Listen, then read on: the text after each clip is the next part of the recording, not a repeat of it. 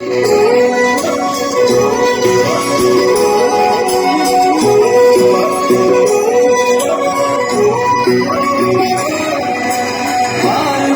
बोली शंकर से,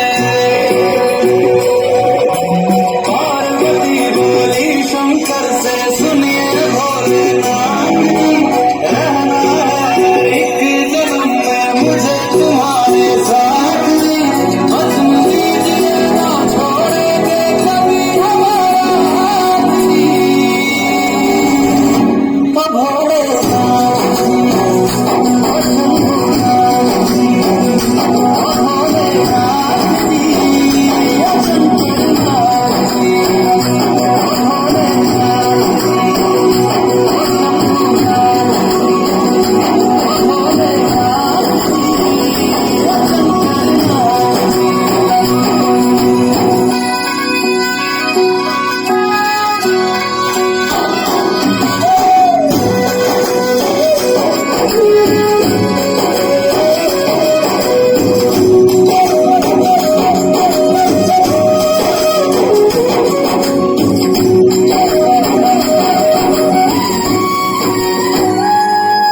जैसे मस्तक पे चंदा है गंगा बसी जटाओ, वैसे रखना है अविनाशी मुझे प्रेम की छाओ।